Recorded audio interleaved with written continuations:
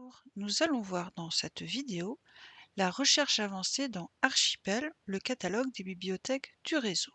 Nous allons utiliser les filtres de recherche. Nous sommes actuellement dans l'environnement de l'université Toulouse 3 Paul Sabatier, visible par le logo en haut à gauche de votre écran. Et si je voulais changer d'établissement, je descends tout en bas et je clique sur un des autres logos des établissements du réseau. Mais vous, en tant que moniteur étudiant, vous allez vous situer dans l'environnement de votre établissement.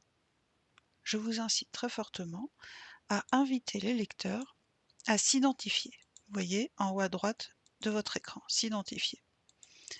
Je vais vous expliquer pourquoi. Là, vous êtes membre de l'un de ces établissements du réseau, oui. Je me connecte. Et là, vous voyez, je suis bien connecté. Pourquoi est-ce intéressant? Eh bien, vous allez avoir accès aux règles de prêt des différents établissements. Si un ouvrage ou une revue, et cetera, vous intéresse, vous allez voir combien de temps vous allez pouvoir l'emprunter et si vous le pouvez. Vous allez également voir les ressources électroniques de l'établissement dans lequel vous vous situez, ressources électroniques auxquelles l'établissement est abonné, et vous allez aussi accéder à votre compte lecteur, mais ça, ce sera l'objet d'une autre vidéo. Nous sommes par défaut en recherche simple. Nous allons aller sur la recherche avancée et un formulaire assez détaillé s'ouvre, avec plusieurs critères de recherche que nous allons parcourir. Alors, vous avez d'abord le périmètre de recherche, toutes les ressources en ligne, en bibliothèque, etc.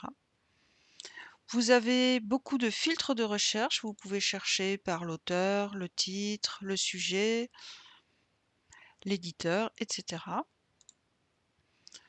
Vous pouvez choisir autre chose que contient les mots, contient l'expression, commence par. Je vous suggère de garder contient les mots, à moins d'être totalement sûr du titre de votre revue. Vous pouvez faire commence par si vous cherchez une revue avec un titre significatif. Et ensuite, là, vous saisissez les termes de votre recherche.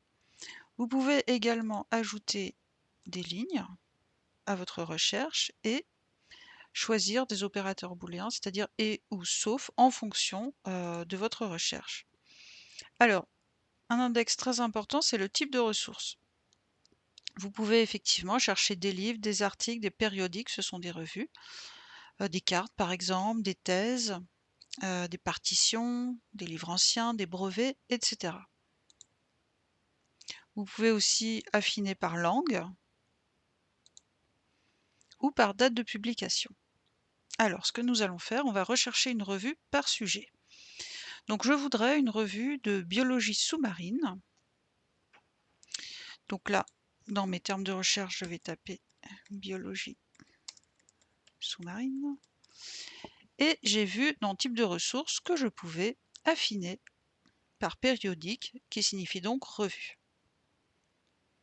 Ensuite, je lance ma recherche.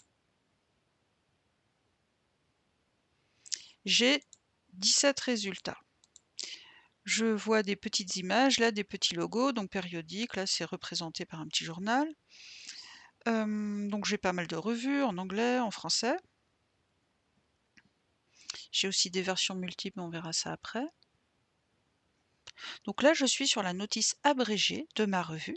J'ai bien le titre, la ville d'édition, l'année d'édition, et je vois où est-ce qu'elle est disponible. Maintenant, j'aimerais accéder à la notice détaillée. Donc, je clique sur le titre, Cahier de biologie marine, et là, j'ai une page qui s'ouvre, nettement plus détaillée, avec un certain nombre de fonctions.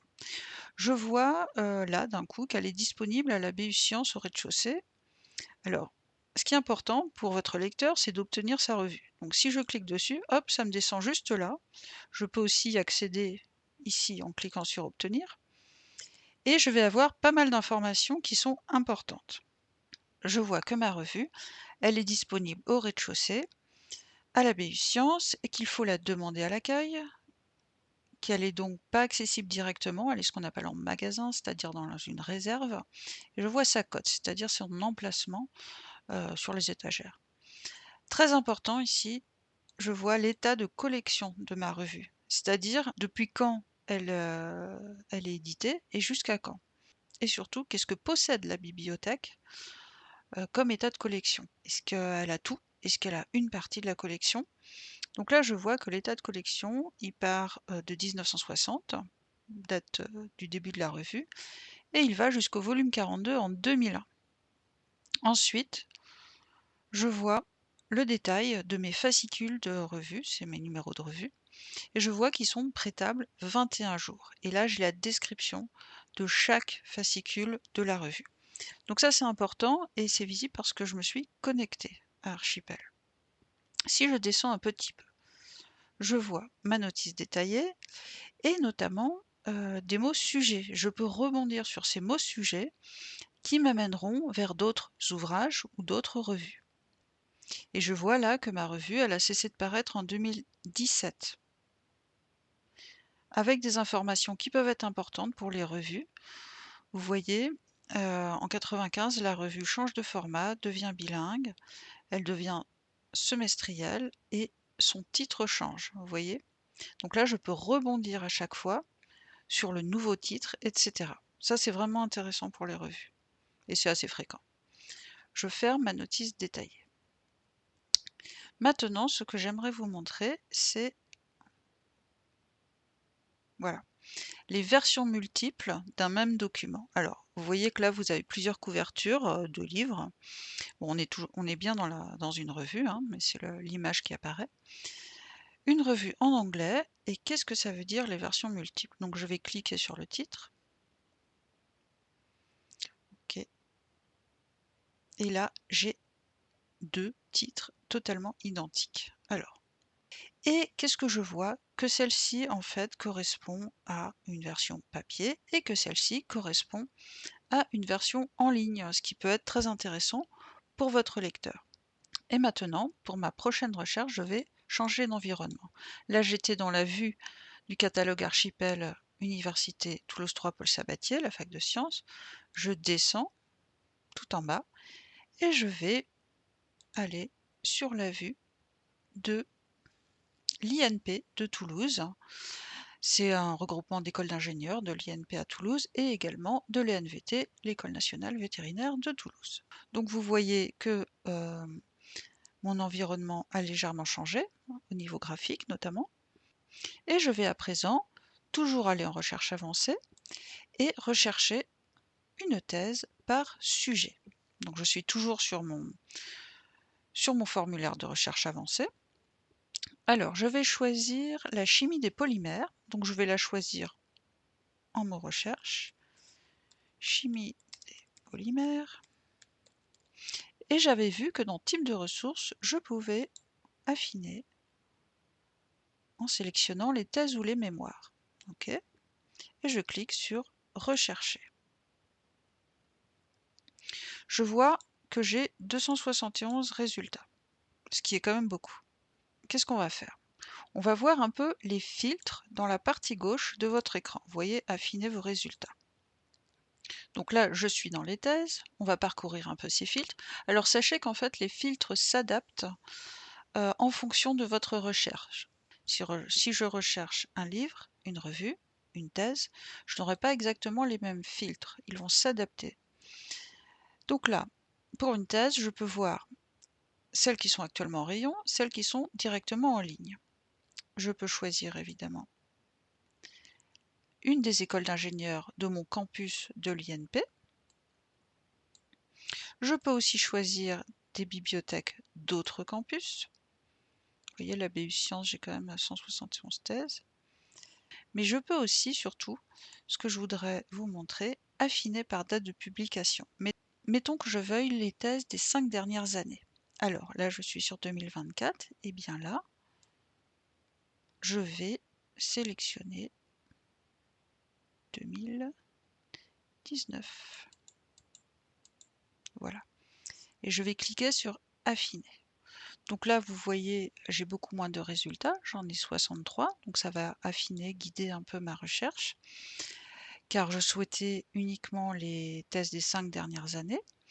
Et je vais cliquer sur la première, synthèse et confinement de nanoparticules métalliques. OK, je clique dessus.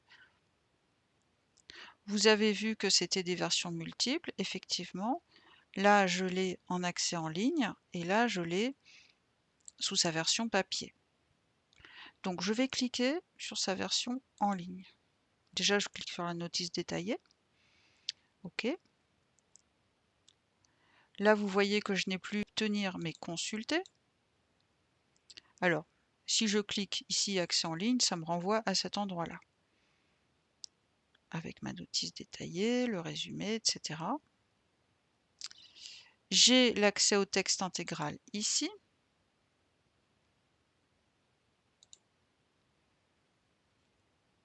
J'ai donc là le résumé en français de la thèse. Et si je veux aller sur le PDF, je clique dessus. Et j'ai la thèse qui se charge. Bien entendu, vous pouvez avoir des thèses sous embargo, ce qu'on appelle sous embargo, c'est-à-dire que l'auteur aura choisi de ne pas diffuser sa thèse, souvent récente, de suite. Il peut y avoir des embargos de 6 mois, 1 an, 2 ans, parce qu'il peut y avoir un brevet en cours ou une attente de publication dans une revue. Voilà. Donc là, j'ai accès au texte intégral de la thèse.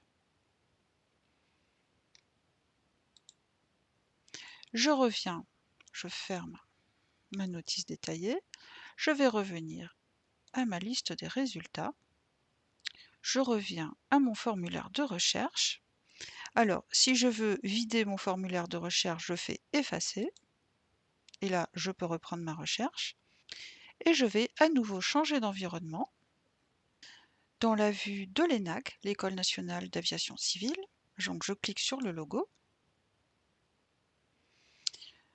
Là, j'ai toujours mon formulaire de recherche avancée à droite de ma recherche simple. Donc je clique dessus. J'ai mon formulaire qui s'ouvre et je vais chercher une revue périodique donc qui concerne l'aviation. Et je vais cliquer sur rechercher. Donc là, ma liste de résultats s'affiche comme tout à l'heure pour l'Université de sciences Toulouse 3. Et ce que je voulais vous montrer de façon plus détaillée, eh bien là aussi ce sont les facettes de tri affinées aux résultats. Car ce que je vous disais tout à l'heure, c'est que les facettes de tri s'adaptent à votre recherche. Eh bien, vous avez là aussi la disponibilité, ceux qui sont en rayon, ceux qui sont en ligne, ceux qui sont sur le campus de l'ENAC, mais également ceux qui sont sur d'autres campus. Vous voyez ? Vous avez le type de document, la date de publication, la langue, l'auteur, le sujet. Et ça, c'est intéressant parce que eh bien, vous allez pouvoir rebondir sur d'autres sujets. Par exemple, si je cherchais les hélicoptères qui font office d'ambulance, là je vois que j'ai 3 revues, je vais cliquer dessus pour voir. Eh bien, j'ai ces 3 revues en anglais qui pourraient m'intéresser. Voilà un exemple d'utilisation des filtres concernant une revue. Je reviens en cliquant sur le logo Archipel à ma page d'accueil. Je voulais vous montrer dans cette vidéo le formulaire de recherche avancée avec une vue du catalogue Archipel depuis différents établissements. Merci de votre attention.